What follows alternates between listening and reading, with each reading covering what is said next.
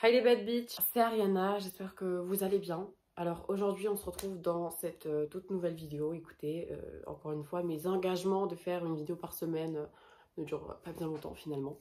Aujourd'hui ça va être une vidéo qui pour moi va être assez mitigée niveau émotion, niveau bilan et niveau point un peu sentimental, émotionnel, physique. En fait ça va être un peu beaucoup de sujets à la fois je pense. Aujourd'hui, je vais faire tout simplement le point sur mes 2 ans de transition. Alors, vous le savez peut-être ou pas, mais du coup, ma transition a débuté, enfin, j'ai pris le choix de transitionner tout simplement pour rester en vie il y a maintenant 2 ans, donc en mai 2021. Ça a été pour moi assez compliqué de savoir un petit peu comment tourner cette vidéo et de quoi parler exactement. Moi, je pense que j'aurais beaucoup trop de choses à dire et il y a beaucoup de sujets sur lesquels je peux pas forcément parler parce que c'est des sujets qui se soignent et ça, c'est les professionnels de la santé, quoi. On va un petit peu faire le point. Je pense que dans cette vidéo, je vais pas vous refaire un petit peu le topo de tout ce que j'ai fait dans ma transition. Même si c'est important quand même. Alors si vous voulez plus de précision sur les étapes de ma vie, par exemple les hormones, le changement de prénom, etc., des infos, peu importe, j'en ai fait des vidéos, donc n'hésitez pas à aller voir tout mon contenu sur ma chaîne YouTube. Je pense que, en fait, commencer avec le début, c'est très bien. J'ai commencé par faire ma demande de changement de prénom, qui a été une chose assez facile en fait. C'était au tout début de ma transition. Franchement, j'étais assez confiante par rapport à ça et j'ai été ultra contente quand du coup ça a été enfin changé et tout. Et, euh, et en fait, ça c'était finalement que le début, entre guillemets, de l'iceberg. C'était que le haut. Je pense que je vais en parler plusieurs fois dans cette vidéo. Mais pour moi, ma transition, alors en fait, déjà j'ai énormément de mal à ne pas culpabiliser. C'est-à-dire que la plupart des gens que je vois en transition sont là en mode genre ça a été un truc énormément bien pour eux, ultra bien en ce moment. Même genre s'ils sont au tout début de leur transition, genre ou au milieu ou peu importe, ils sont extrêmement bien. Mais du coup, moi je culpabilise énormément parce que je me dis, est-ce que le problème vient de moi en fait? Parce que contrairement à toutes ces personnes-là, euh, moi je suis totalement brisée en fait de l'intérieur. Je vais pas commencer à pleurer parce que c'est horrible. Je suis totalement brisée de l'intérieur. Alors oui, ma transition, genre la découverte de qui je suis m'a énormément aidée à être en fait qui je suis et tout, à être incroyablement bien et tout. Euh, mais en attendant, genre je suis pas comme toutes ces personnes qui disent que leur transition, genre c'est incroyable, ils se sentent grave bien et tout. Non, moi ma transition c'est vraiment, en fait, prendre l'exemple d'un iceberg en fait.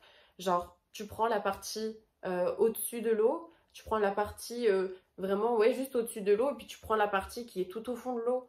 Et, euh, et c'est horrible. Genre, t'as le sommet et t'as les abysses, en fait. Au départ, ça a été super facile. J'ai été énormément confiante. J'ai eu beaucoup de confiance en moi. Faut dire que j'ai eu énormément de soutien de la part de ma famille et en particulier ma mère. Au tout début, franchement, ma mère m'a toujours aidée dans tous les cas dans ma transition.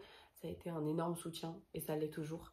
Clairement, sans ma mère, je pense que je serais énormément perdue.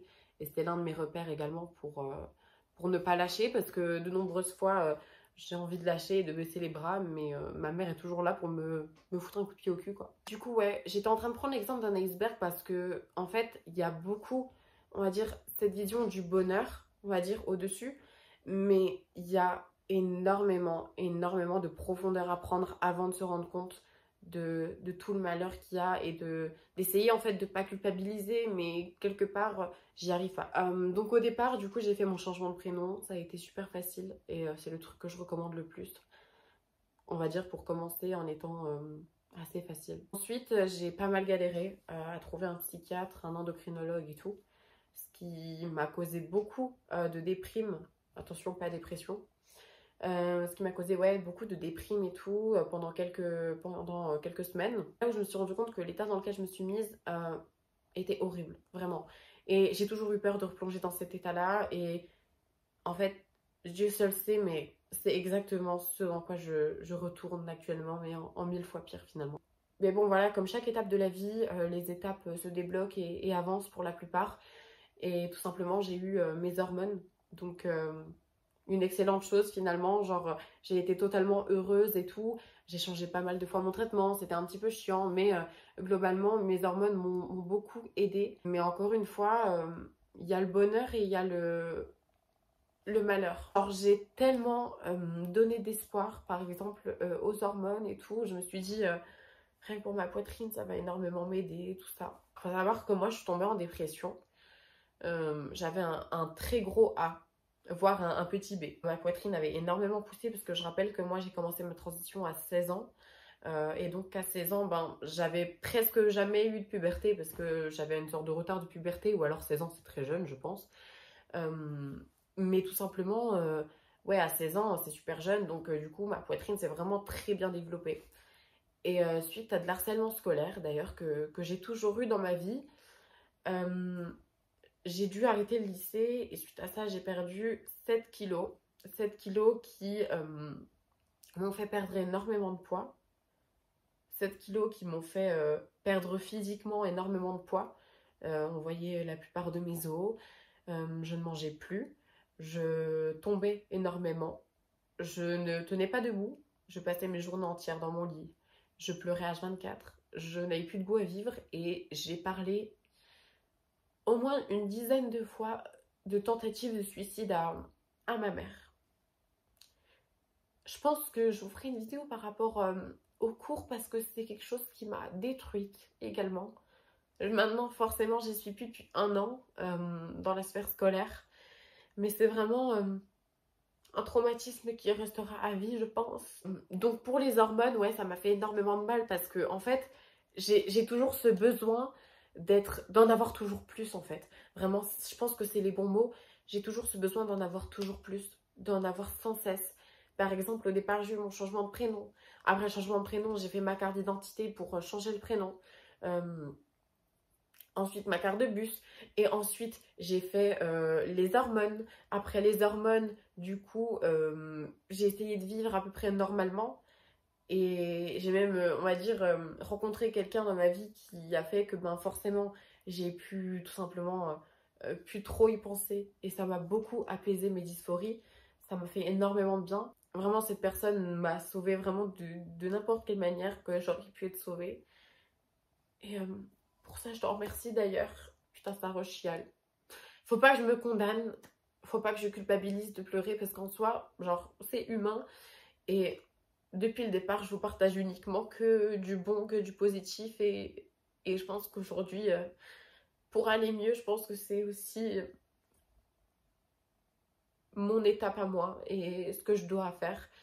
De tout simplement me lâcher et de vous montrer la vérité. Et que derrière, genre, la Diosa, il y a aussi un cœur. Et derrière Ariana la Diosa qui vous donne des conseils, etc.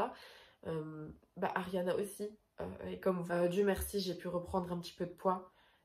Et ça, franchement, je suis très fière de moi. Fin d'année 2022, mes dysphories ont repris.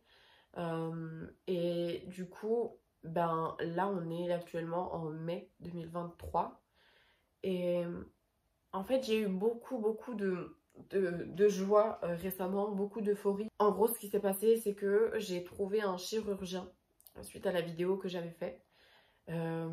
J'ai trouvé un chirurgien du coup pour pouvoir m'opérer. On a convenu d'une date pour l'opération. Cette date est toujours posée actuellement. Seulement, j'ai fait du coup ma demande de prise en charge qui a eu beaucoup de complications puisqu'on me demande papier endocrinologue, papier psychiatre, etc. Sauf que c'est genre ultra compliqué et en fait le problème c'est que j'ai tellement peur de ne pas me faire opérer. J'ai tellement peur qu'on me refuse tout ça, qu'on me refuse le droit à ce bonheur. Et j'ai tellement peur de ne pas me faire opérer. J'ai peur que peu de temps avant l'opération, genre j'ai toujours pas les papiers et qu'au final ça doit être repoussé, etc. Enfin, c'est horrible. Honnêtement, ça me fait beaucoup de mal parce que du coup, je m'étais mise dans une sphère où j'étais là en mode ultra impatiente. J'avais plus qu'à attendre et tout, que ben du coup les mois passent et tout pour pouvoir me faire opérer. Je pensais qu'à ça et tout. Vraiment, j'étais devenue entre guillemets une nouvelle personne parce que du coup, j'avais trop hâte et tout. J'étais trop contente et tout. Et en fait, autant de complications, autant de problèmes, autant de soucis sur le dos pour une jeune de 18 ans. Bah en fait, c'est ultra compliqué. Et en fait, c'est la dysphorie qui nous attrape en fait et qui nous fout un coup de fourchette dans la chatte, qu'on se le dise. je suis en train de me dire que je suis uniquement à l'étape de juste faire des papiers pour pouvoir avoir ma poitrine. Je me dis qu'il me reste encore la vaginoplastie, qu'il me reste encore le visage, qu'il me reste encore énormément de choses, vraiment. Je tenais juste aussi à vous dire, je ne m'attends pas à être plainte, on va dire, dans cette vidéo. Surtout, ne m'envoyez pas de... Enfin, ne me mettez pas, pardon, de commentaires visant à me dire oui, mais il faut que tu apprennes à faire ci, il faut que tu sois plus comme ça, machin. Parce que pour une fois, en fait, j'aimerais pas qu'on me conseille. Pour une fois, j'aimerais juste qu'on me comprenne, qu'on m'écoute et qu'on sache reconnaître que je vais mal et que c'est justifié et que, genre, je dois pas m'en vouloir ni culpabiliser. Après, je suis totalement lucide par rapport à ça et je sais totalement qu'il y a beaucoup également de traumatismes qui ne sont pas dus qu'à ça. Hein. Je ne peux pas tout remettre sur la faute de ma dysphorie et de ma transition parce que ce serait faux. C'est vrai qu'il y a sûrement des traumatismes que je dois travailler et voir en profondeur et tout pour me rendre compte qu'ils sont bien présents et que ça pose problème dans ma vie. J'ai jamais consulté de psy pour autre chose que ma transition. J'ai toujours enfoui tout ça en moi et j'ai toujours été une bombe à retardement. J'ai toujours tout gardé et explosé en solo finalement. J'ai jamais, on va dire, exposé mes tracas ou mes soucis à mes proches. Je pense que le truc qu'il faudrait que je fasse maintenant, c'est dans tous les cas aller consulter un professionnel de la santé pour pouvoir aussi régler mes traumatismes. J'ai eu pas mal de décès dans ma famille, notamment mon père, mon frère, tout ça. Je pense que ça peut énormément jouer aussi sur le fait que j'ai envie de terminer ma transition le plus rapidement possible. Je crois que je vous en avais parlé, mais l'une de mes plus grosses phobies, c'est de mourir en étant malheureuse. Et je pense que clairement, en fait, c'est même pas que je pense, c'est que j'en suis sûre. Ça vient du coup du décès de certains membres de ma famille qui ont été pour moi de réels traumatismes. Et bah, c'est ça qui a fait que maintenant j'angoisse beaucoup de vivre et de mourir en n'étant pas moi-même finalement. Sinon, je pense qu'il y a quand même énormément de positifs à en tirer. J'ai bâti ma vie, j'ai bâti, ouais, vraiment un empire en fait. J'ai bâti vraiment toute cette force que je garde en moi. Et pour les futures épreuves de la vie, en vrai, je serai blindée, vraiment. Je serai blindée de courage, je serai blindée de talent aussi, parce qu'on en apprend beaucoup. Dans cette vidéo, à parler énormément de négatif, mais oui, le positif est aussi bien évidemment présent.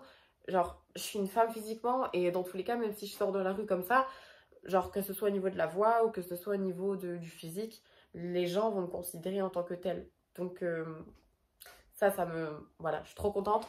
Également, là, du coup, j'ai enfin rendu mon dossier de changement de genre. Du coup, pour faire changer ma lettre sur la carte d'identité et à l'état civil. Et j'attends des réponses. Donc si jamais vous pouvez me dire à peu près combien de temps ça prend, n'hésitez pas et me faire part de vos expériences personnelles par rapport à cette démarche-là. J'espère qu'au moins cette démarche-là sera négative. Positive. Non, non, non, on va pas se souhaiter du mauvais quand même parce que flemme. J'espère clairement qu'elle sera positive, pardon. Je vois que du négatif. Mais ouais, ça me ferait vachement de bien et tout, parce que c'est quelque chose aussi que j'attends et c'est beaucoup de dysphorie, même si c'est pas un papier qu'on sort souvent finalement.